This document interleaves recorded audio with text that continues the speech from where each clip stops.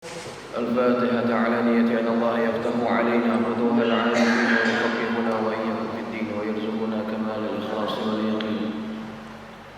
ثم الفاتحة إلى رب مؤلف هذا الكتاب الشيخ محمد نووي بن مرض الثاني بأن الله يرضى شأن الله ومن شاء الرحمن غفرا وأن يعيد علينا من بركاته وأسراره وأنواره وعلومه ونفعته بدين الدنيا والآخرة. ثم إلى نور وشيخنا ومعلمنا الحبيب عبد الرحمن بن حمد السداد الشافعي الدامي وثمن الدين وشكر الله وثمن الدين وسمى الدين وثمن الدين وشافعي الأمسي وثم إلى ربي الحبيب علي بن عبد الرحمن السداد وثم إلى ربي كي صلى ربي وثم إلى ربي أحمد جنيدي من الله تغشاه بالرحمة والكرم وإلى حضرة النبي المصطفى محمد صلى الله عليه وسلم. الفاتحة. أعوذ بالله من الشيطان الرجيم. بسم الله الرحمن الرحيم. الحمد لله رب العالمين الرحمن الرحيم مالك يوم الدين إياك نعبد وإياك نستعين اهدنا الصراط المستقيم صراط الذين أنعمت عليهم غير المغضوب عليهم ولا الضالين آمين. السلام عليكم ورحمة الله وبركاته. الحمد لله رب العالمين وبه نستعين على أمور الدنيا والدين والصلاة والسلام على أشرف المرسلين سيدنا ومولانا محمد وعلى آله وأصحابه أجمعين. سبحانك لا علم لنا إلا ما علمتنا إنك أنت العليم الحكيم.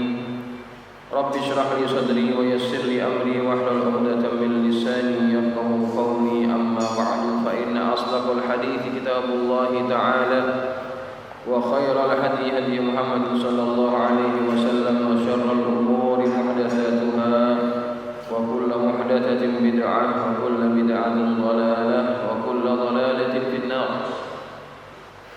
Hadirin hadirat jamaah yang dirahmati Allah sekalian, para guru, para orang tua yang hadir pada majelis pagi ini, mudah-mudahan kehadiran guru-guru kita, orang tua kita dan jamaah sekalian menambahkan barokah yang turun pada majelis pagi ini, dan mudah-mudahan apa yang kita pelajari menjadi ilmu yang bermanfaat untuk kita sekalian, dan kita keluar daripada majelis ini dalam keadaan Allah mengampunkan dosa-dosa kita. Amin. Allahumma amin. Baik jemaah sekalian yang dirahmati Allah, pagi ini kita akan masuk pada maqalah yang kelima daripada kitab Nasaihul Ibad. Bismillahirrahmanirrahim.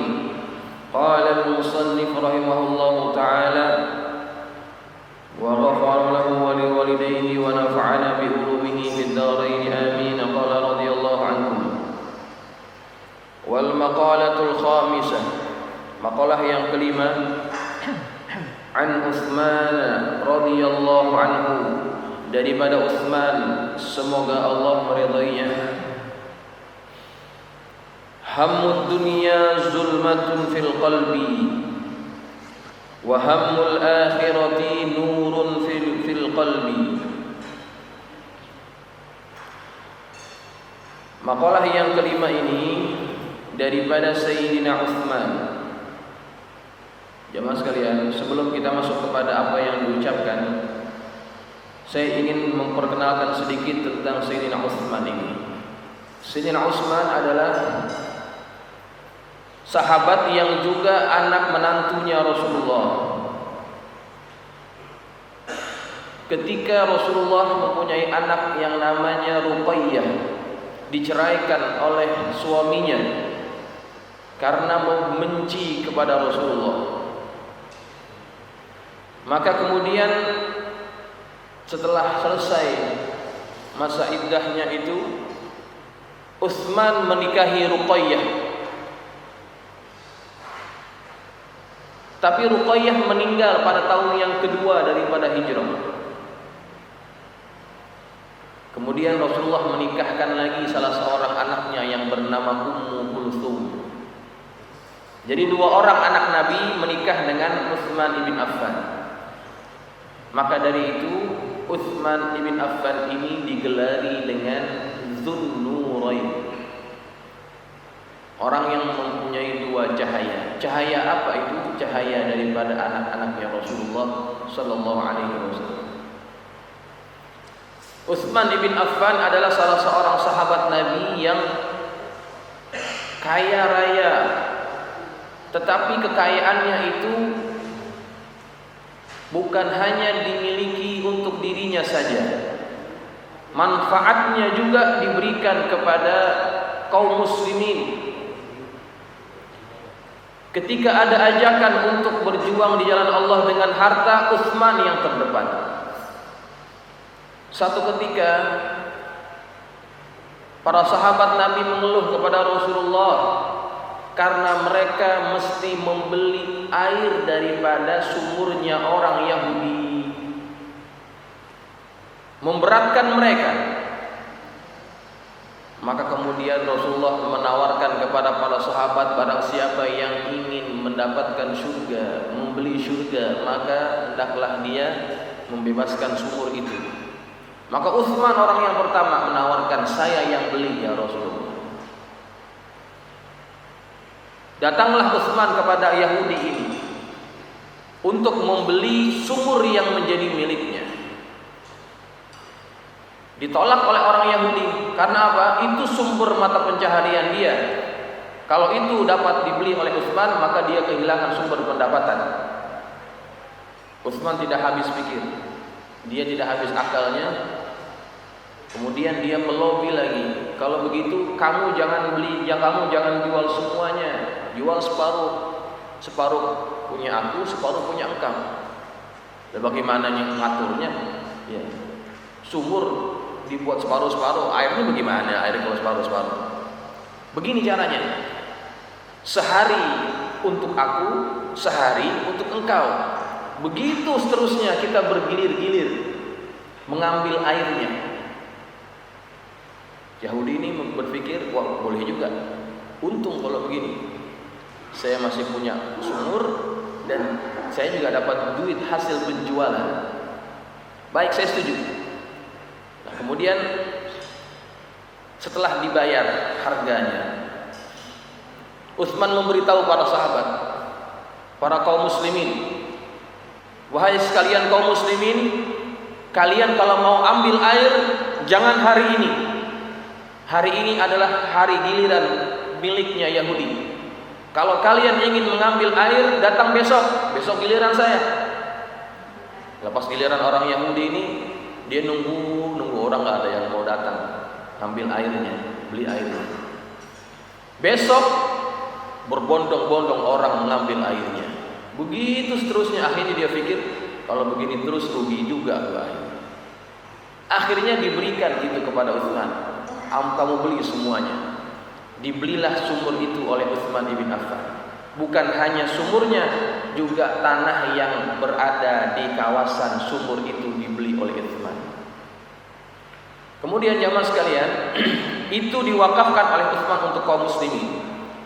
Ada juga kebun tamarnya, kebun kurmanya. Setiap hasilnya itu ada yang dijual, ada yang disedekahkan. Dan hasil penjualannya itu diberikan lagi tanah luas dan makin luas. Dan kalau jamaah sekalian ingin tahu, di Saudi sekarang ada satu rekening bank atas nama Utsman ibn Affan. Dari mana hasilnya itu? Dari hasil tanah yang dulu dia pernah wakafkan, yang makin berkembang, dan semua hasil keuntungannya dimasukkan ke dalam rekening itu yang kemanfaatannya untuk umat Islam. Sampai hari ini orangnya sudah tidak ada, tapi rekeningnya masih ada. Daripada pelajaran ini kita mengambil bahwa kalau kita ingin mendapatkan kebahagiaan di dunia dan di akhirat, contohi apa yang telah dilakukan oleh Utsman ibn Affan. Hartanya betul-betul manfaat untuk orang lain. Bukan hanya untuk orang lain, tetapi manfaatnya juga untuk dirinya.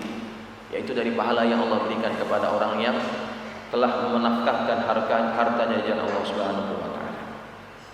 Baik jamaah sekalian yang dirahmati Allah, itu sedikit tentang Utsman ibn Affan. Dia berkata, "Hammud dunya zulmatun fil qalbi wa hammul akhirah nurun fil qalbi."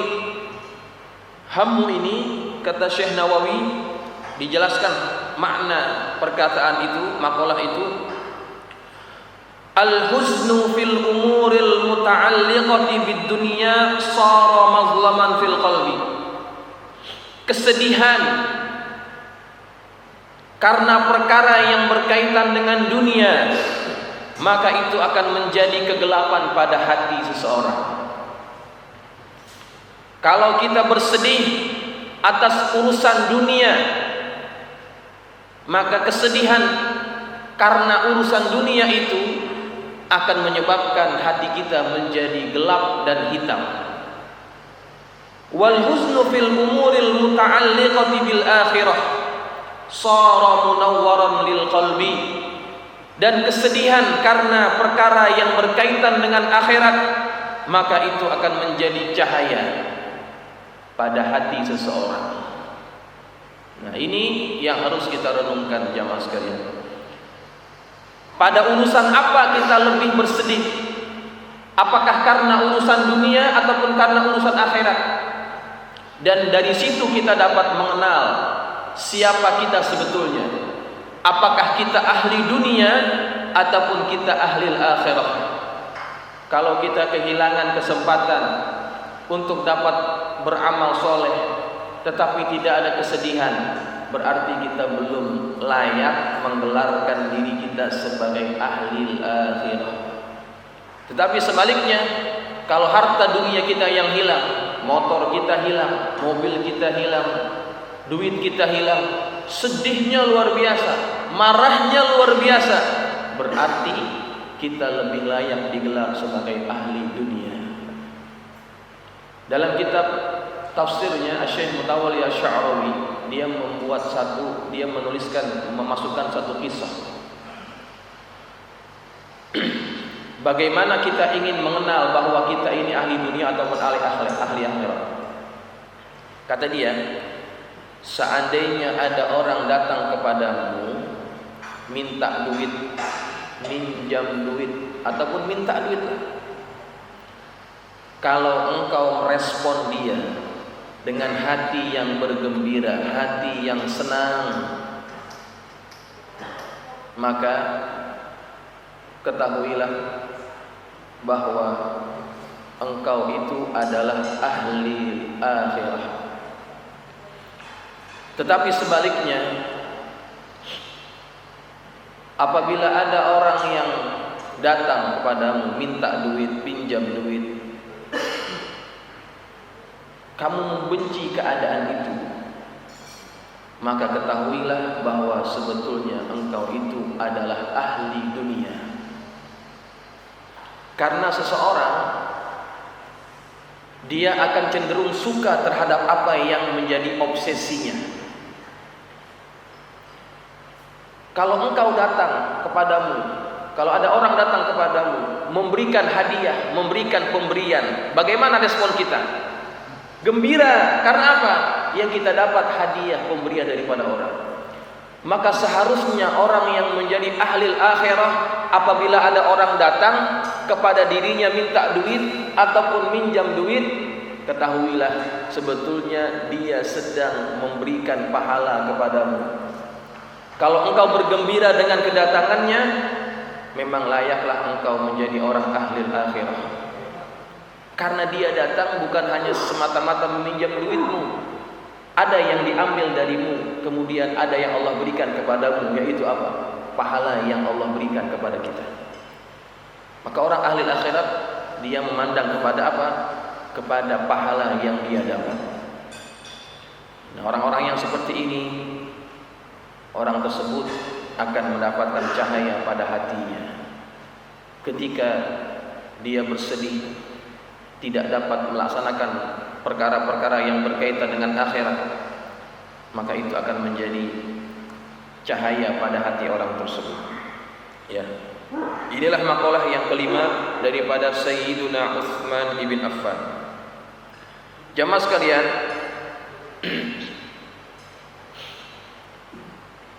dulu Kiai Haji Zainuddin MZ, ya, almarhum. Beliau pernah membuat satu analogi, ya, satu analogi. Kita hidup di dunia ini harusnya seperti tukang parkir. Bagaimana sikap tukang parkir ini? Tukang parkir ini sikapnya, dia akan sangat suka ketika ada orang yang memarkirkan kendaraannya di tempat dia. Tapi tukang parkir ini tidak pernah merasa sombong terhadap mobil-mobil yang parkir di tempatnya. BMW, Mercedes Benz, yang lain-lainnya parkir di kendaraan di tempatnya. Tidak pernah dia merasa sombong terhadap mobil-mobil tersebut. Karena apa? Karena itu bukan miliknya. Tetapi ketika kendaraan-kendaraan ini akan keluar, diambil oleh yang punya, meninggalkan tempat parkir yang dia jaga, tidak pernah tukang parkir ini merasa bersedih. Ya, ada tukang parkir, kalau mobil mau keluar, dia nangis-nangis, jangan keluar pak, jangan keluar pak, gitu. Nggak ada yang kayak gitu, yang bukan punya dia. Ya. Justru dia bergembira ketika kereta-kereta ini, mobil-mobil ini akan keluar dari tempatnya. Terus. Kenapa dia gembira? Karena dia tahu tugasnya sudah selesai. Dan kalau tugasnya sudah selesai, dia layak dapat apa? Dapat upah, ongkos parkirnya, dapat goceng, ya kan? Gembira. Nah, beginilah sikap yang harus dimiliki oleh seorang hamba. Apa yang kita miliki di dunia ini semuanya hanya titipan daripada Allah. Istri kita, anak kita, harta benda kita, semuanya adalah milik Allah. Ketika Allah akan mengambil miliknya, maka kita jangan terlalu bersedih hati. Ketika orang kehilangan apa yang dia cintai, dia hadapi itu dengan perasaan yang redha, maka itu seperti tukang parkir yang akan mendapatkan upah daripada tuannya. Kita akan mendapatkan pahala yang besar daripada apa yang telah kita jaga, dan kemudian apa yang telah kita redhakan itu akan diberikan apa oleh Allah? Pahala dari Allah Subhanahu wa taala. Ya. Nah, jadi dari makalah ini janganlah kita bersedih hati terhadap perkara-perkara yang berkaitan dengan dunia apabila kita tidak dapat menggapainya ataupun kehilangan daripadanya. Tetapi bersedih hatilah ketika kita kehilangan kesempatan untuk beramal untuk urusan akhirat. Itu kesedihan yang luar biasa. Kalau urusan dunia kita kejar sampai mati juga, kalau bukan rezeki kita tidak akan pernah sampai kepada kita. Betul tidak? Kita cari mati-matian, kalau itu bukan rezeki kita tidak akan pernah sampai kepada kita. Capek yang ada. Tapi yang perlu kita kejar adalah apa? Pahala daripada Allah. Itu yang mesti kita kejar. Wabtaghi fima ataqallahu ad-daral akhirah wa la tansa nasibaka minad dunya. Coba lihat ayat itu, Allah gunakan perkataan-perkataan yang sangat bermakna. Wabtaghi fima ataqallahu ad-daral akhirah. Allah pergunakan perkataan wabtaghi. Cari betul-betul. Usahakan betul-betul apa yang Allah berikan kepadamu daripada urusan akhirat. Kemudian Allah katakan pada urusan dunia, apa kata Allah? Wala tansa nasibaka minad dunya. Jangan engkau lupakan bagianmu untuk urusan dunia. Coba perhatikan dua kalimat itu. Untuk urusan akhirat Allah menggunakan perkataan apa? Cari betul-betul, usahakan betul-betul. Untuk urusan dunia jangan lupa bagianmu. Artinya apa? Bagian kita di dunia sudah ada. Jangan untuk urusan dunia yang bagiannya sudah Allah tentukan, mati-matian kita cari sehingga mengabaikan kewajiban kita untuk urusan akhirat kita. Rugi kita. Kenapa? Kita cari mati-matian bagian kita ya segitu-gitu aja. Wala tansa nasibaka minad dunya. Jangan lupa ambil bagian itu doang. Ya. Jadi kita sebagai hamba Allah yang beriman, jangan salah mengorientasikan arah hidup kita. Yang mesti kita utamakan adalah apa? Akhirat, tanpa kita melupakan bagian kita di dunia ini. Baik, jamaah sekalian yang dirahmati Allah. Kita masuk kepada maqalah yang ke-6. Wal maqalatus sadisah. An Ali radhiyallahu anhu wa karramallahu wajhahu. Daripada Sayyidina Ali karramallahu wajhahu. Man kana fi talabil ilmi kanatil jannatu fi talabihi. Barang siapa yang menuntut ilmu, yang berada pada keadaan menuntut ilmu, kanatil jannatu fi talabihi, adalah surga yang sedang dia cari.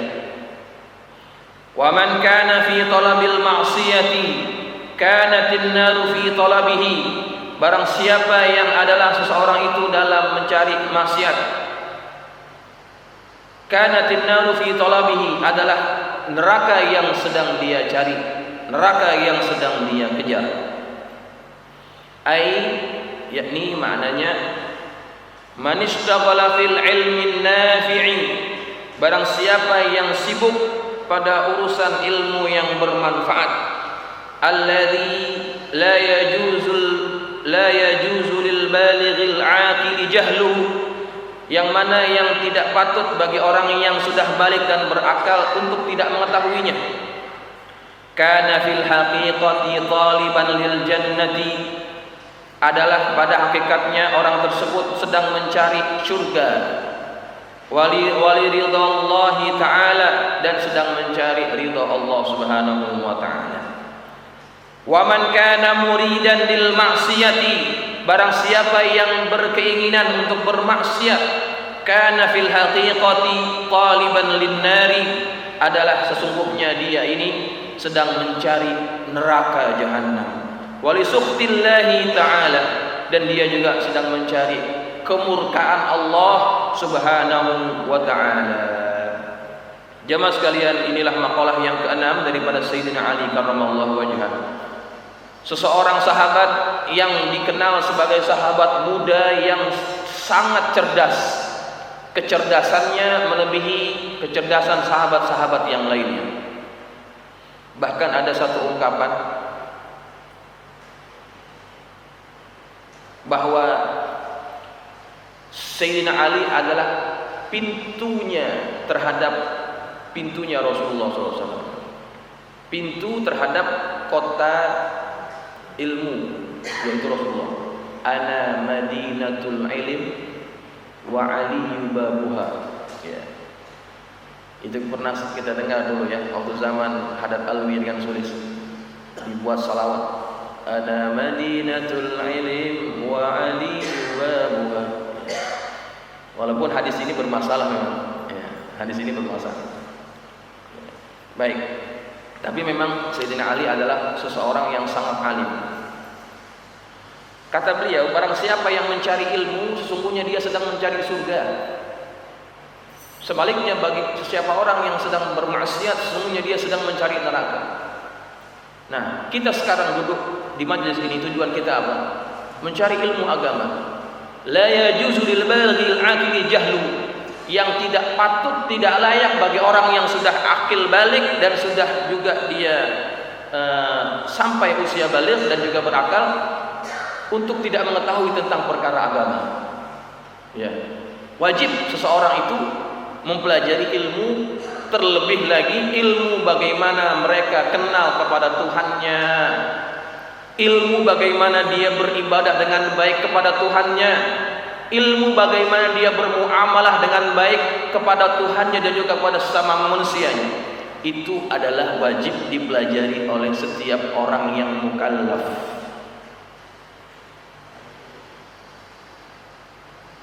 Al-Imam Ibn Ruslan, Al-Syekh Ibn Ruslan menyebutkan dalam kitabnya, فَكُلُّ مَنْ بِغَيْرِ عِلْمٍ يَعْمَلُ أَعْمَالُهُ مَرْدُودَةٌ لَا تُقْبَلُ. Setiap orang yang beramal tanpa ilmu, maka amalnya itu ditolak, tidak akan diterima Allah Subhanahu wa taala.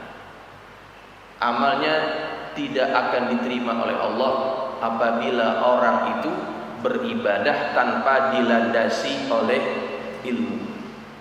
Ya, maka wajib kita belajar ilmu tentang apa? Tentang akidah, tentang tauhid, tentang syariah, tentang fiqih, bagaimana kita beribadah, wajib kita pelajari. Nah, jamaah sekalian, saya pernah ditanya oleh seorang jamaah di Malaysia. Waktu itu sedang belajar bab wudu. Bab wudu. Kita mulai kan kalau kita wudu, kita mulai dengan apa? Basuh tangan ya, basuh tangan. Baca apa di situ? Bismillah, ya kan? Bismillah. Niat nggak di situ? Niat nggak? Niat gak? Niat wudhu yang wajib ada di mana? Ya, niat yang wajib ketika berwudhu adalah ketika basuhan muka. Itu wajib diniatkan. Karena muka adalah bagian yang wajib yang pertama kali dibasuh. Tangan, mulut, hidung, itu semuanya sunnah. Ya. Tetapi kalau kita ingin dapat pahala sunnah wudu, maka dari awal kita juga niat, ya. Selain baca bismillah, kita niatkan agar apa? Agar perbuatan mencuci tangan, memasukkan air ke hidung dan mulut itu dianggap dapat pahala sunnah wudu. Tetapi yang paling wajib ketika basuh wajah itu mesti ada, ya. Nah, ketika saya mengajar itu, ada salah seorang jamaah, ya Allah Ustaz, saya niatnya waktu basuh tangan aja. Waktu basuh wajah niat atau tidak? Enggak niat. Nah, kalau begitu wudunya sah atau tidak? Sah atau tidak wudunya? Yang wajib dia tidak buat, waktu yang sunnah malah dia buat. Nah, itu kan akibat apa? Akibat dia tidak belajar. Ya, dia tidak belajar. Nah, inilah bahayanya kalau orang itu tidak mempelajari ilmu agama. Tidak boleh orang yang sudah baligh, yang sudah berakal, tidak mengetahui ilmu-ilmu yang asas, yang menjadi ilmu fardu ain bagi dia. Ya, tidak boleh. Dan kita mesti ingat jamaah sekalian, wahyu yang pertama kali turun kepada Nabi itu adalah wahyu yang berbunyi Iqra, baca. Apa artinya baca? Cari ilmu. Karena tidak mungkin orang kenal kepada Tuhan kalau dia tidak mencari ilmu tentang Allah. Iqra, diulang lagi. Iqra, bismi rabbikal ladzi khalaq, khalaqal insana min 'alaq, iqra wa rabbukal akram. Disuruh lagi. Allah tidak suruh Nabi pertama kali ubud. Tidak. Tapi iqra. Karena orang akan kenal dengan Tuhan dengan sebab mencari ilmu. Dan kalau kita lihat sejarah antara Nabi Adam dengan malaikat, ketika Allah ciptakan Adam dan malaikat disuruh apa? Disuruh sujud kepada Adam. Apa yang menjadi penyebab Allah menyuruh para malaikat untuk sujud kepada Adam? Karena Adam menyebutkan nama benda-benda yang nama benda-benda itu tidak dapat disebut oleh para malaikat. Allah kan berkata kepada para malaikat, "Ambihum bi asma'ihim." Sebutkan nama-nama ini semuanya. Qalu, mereka berkata, "Subhanaka la ilma lana illa ma 'allamtana innaka antal alimul hakim." Mereka berkata, "Subhanaka la ilma lana." Maha suci Engkau ya Allah, tidak ada ilmu pada kami kecuali apa yang Engkau telah ajarkan kepada kami. Malaikat menyerah, angkat tangan, tidak tahu apa nama-nama benda tersebut. Nah, Allah ajarkan ilmu itu kepada Adam. Wa 'allama Adam al-asma'a kullaha. Allah ajarkan semua nama benda-benda itu kepada Adam. Allah katakan kepada Adam ketika malaikat angkat tangan, Allah katakan kepada Adam, "Ya Adam, ambihum bi asma'i haula." Sebutkan nama-nama ini. Adam sebutkan nama-namanya. Ketika itu malaikat melihat ada ilmu yang dimiliki oleh Adam. Ilmu tentang apa?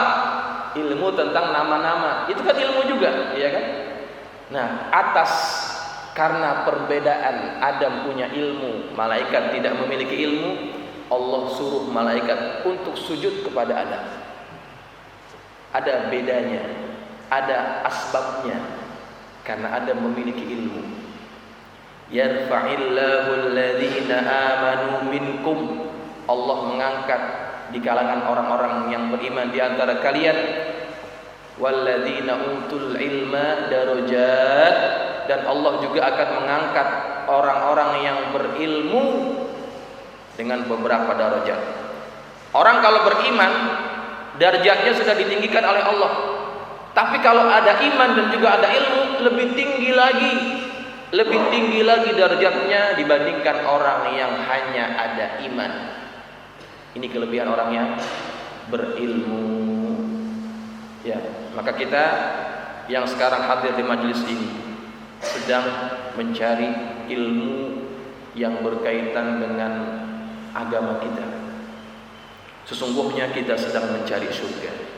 Man salaka tariqan yaltamisu fihi ilman sahalallahu lahu tariqan ilal jannati. Barang siapa yang menempuh jalan mencari ilmu, maka sesungguhnya dia sedang menempuh jalan sahalallahu lahu tariqan ilal jannah, maka Allah akan mempermudahkan baginya masuk ke dalam surga Allah Subhanahu wa taala. Kita sedang mempermudahkan jalan kita untuk masuk ke dalam surga Allah. Mudah-mudahan kita istiqomah ya. Hadir mempelajari ilmu-ilmu agama di tempat ini ataupun di tempat-tempat yang lainnya. Baik jemaah sekalian yang dirahmati Allah, itu adalah makalah yang ke-6. Dan kita akhiri sampai di sini dulu.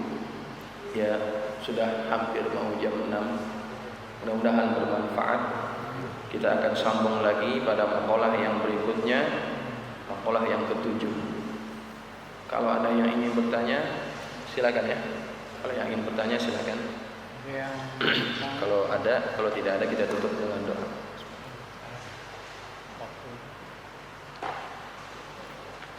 Ada.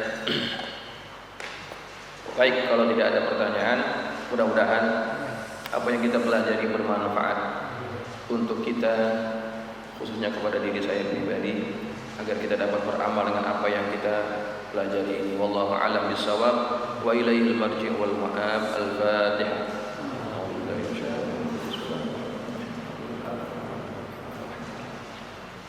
Iyyaka na'budu wa iyyaka nasta'in. Shiratal ladzina an'amta 'alaihim. Ustaz.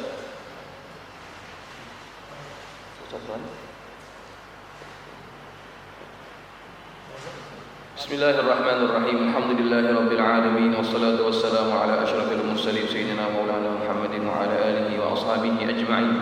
Allahumma anfa'na bima 'allamtana wa 'allimna ma yanfa'una. Allahumma zidna wa la tanqusna wa akrimna wa la tuhinna wa 'atina wa la tahrimna wa athirna wa la tu'thir 'alaina وأرضنا وارض عنا. اللهم إنا نسألك بحق فاطمة وأبيها وبعلها وانها افتح علينا وعلى أولادنا وتلاميذنا فتوح العارفين، فقهنا وإياكم في الدين وارزقنا كمال الإخلاص واليقين. اللهم ارزقنا فهم النبيين وحفظ المرسلين وإلهام الملائكة المقربين برحمتك يا أرحم الراحمين. اللهم اجعلنا من الذين يستمعون القول فيتبعون أحسنه. صلى الله على سيدنا محمد وعلى آله وصحبه وسلم. الحمد لله رب العالمين. السلام عليكم ورحمة الله وبركاته.